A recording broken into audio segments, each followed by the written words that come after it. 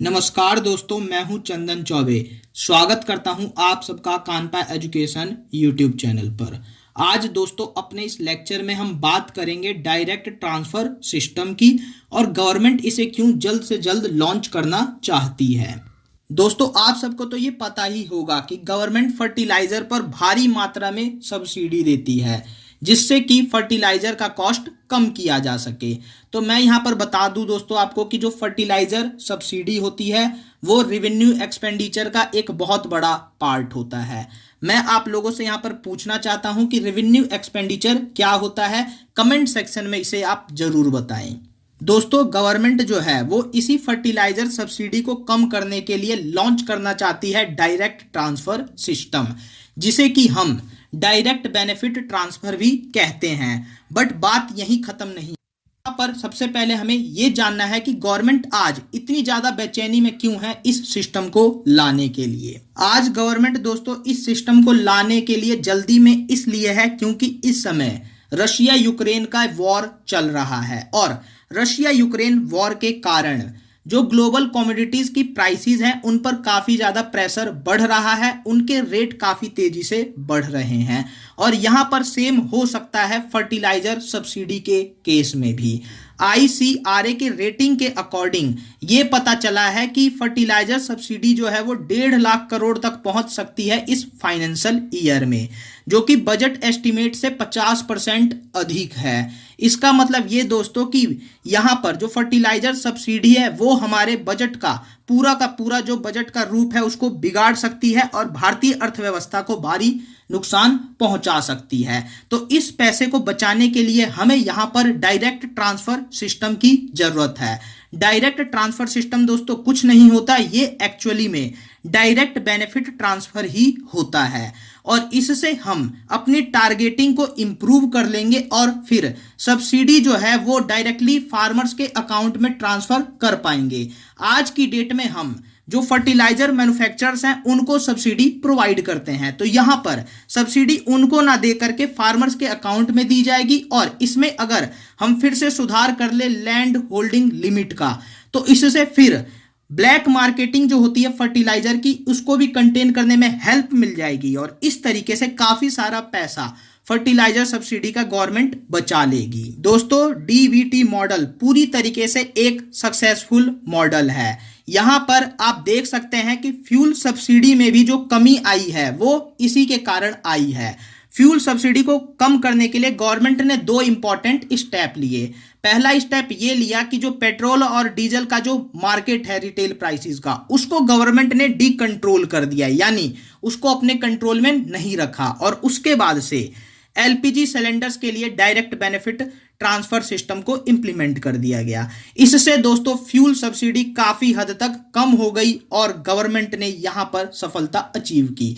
तो इसका मतलब यह कि डायरेक्ट बेनिफिट ट्रांसफर एक बेहतरीन मॉडल है जिसे हम फर्टिलाइजर सब्सिडी में भी इंप्लीमेंट करके काफी सारा पैसा गवर्नमेंट का बचा सकते हैं। अब दोस्तों मैं आप लोगों को यह बताना चाहता हूं कि गवर्नमेंट अगर इस मॉडल को जल्दी इंप्लीमेंट नहीं करेगी, अगर फर्टिलाइजर सब्सिडी के सेक्टर में DBT जैसा रिफॉर्म नहीं हुआ, तो इससे गवर्नमेंट एक्सचेकर को काफी ज्यादा बर्डन पड़ेगा और यहां पर रूपी का डिप्रेशिएशन काफी तेजी से होने लगेगा।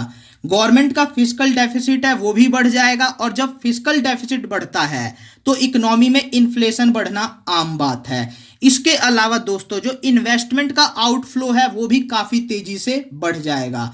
अभी तो दोस्तों सिर्फ ऐसा अंदाजा लगाया गया है, उसी से FPI से 45,000 करोड़ रुपए से ज्यादा का आउटफ्लो हो चुका है इसी फाइनेंशियल ईयर में।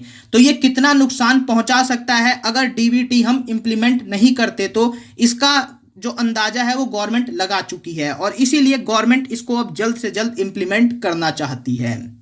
दोस्तों गवर्नमेंट ने ऐसा नहीं कि फर्टिलाइजर सब्सिडी को कम करने के लिए पहले से कोई स्टेप ना लिया हो। गवर्नमेंट ने ऑलरेडी 2 बहुत इंपॉर्टेंट स्टेप लिए हैं फर्टिलाइजर सब्सिडी को कम करने के लिए, जिसके बारे में आपको पता होना चाहिए, तभी आप UPSC मेंस में आंसर लिख पाएंगे।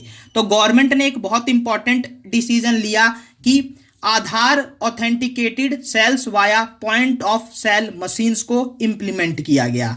इसमें दोस्तों क्या हुआ कि जो भी फार्मर है वो फर्टिलाइजर खरीद रहा है तो उसका आधार कार्ड उसको दिखाना जरूरी हो जाता है। तो इसके बेसिस पर गवर्नमेंट ने सब्सिडी रिलीज करना शुरू किया जो फर्टिलाइजर मैन्युफैक्चरर्स हैं उनको, क्योंकि ये डाटा देखने के बाद ही गवर्नमेंट जो है वो डिसाइड करती है कि कंपनी को, मैन्युफैक्चरर को कितना सब्सिडी देना है। और दोस्तों मैं आपको खुशखबरी बता दूं, इससे 10,000 करोड़ रुपए गवर्नमेंट ने फर्टिलाइजर सब्सिडी में बचाए थे फाइनेंशियल ईयर 2019 में, जो कि वाकई एक बहुत बड़ी सफलता है। दूसरा बेहतरीन रिफॉर्म है दोस्तों कि सब्सिडी कंपोनेंट फिक्स कर दिए गए फास्फोरस और पोटेशियम के फर्टिलाइजर्स के लिए, जो कि अप्रैल 2010 से इफेक्टिव हुआ। और दोस्तों इससे 10 सालों में 41,500 करोड़ की जो सब्सिडी थी फाइनेंशियल ईयर 2011 में, वो घटकर 26,369 करोड़ रुपए हो गया फाइनेंशियल ईयर 2020 में। लेकिन ये रिफॉर्म जो है दोस्तों यूरिया के लिए एप्लीकेबल नहीं था। बट दोस्तों अब खुशखबरी ये है कि गवर्नमेंट जो है वो डायरेक्ट बेनिफिट ट्रांसफर सिस्टम को अगर रोल आउट कर देती है तो वो सारे तरीके के फर्टिलाइजर्स के लिए एप्लीकेबल होगा, और इससे गवर्नमेंट काफी भारी मात्रा में बचत कर पाएगी अपने टैक्स पेयर्स की मनी को, और इससे ओवरऑल देश का ही भला होगा। तो गवर्नमेंट को मैं इस इनिशिएटिव के लिए पूरी तरीके से सपोर्ट करता हूं।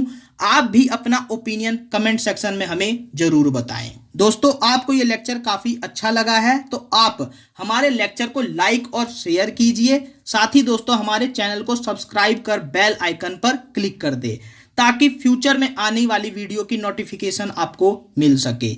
इसके अलावा दोस्तों हमें आप कंट्रीब्यूट कर सकते हैं हमारे नेक्स्ट प्रोजेक्ट के लिए।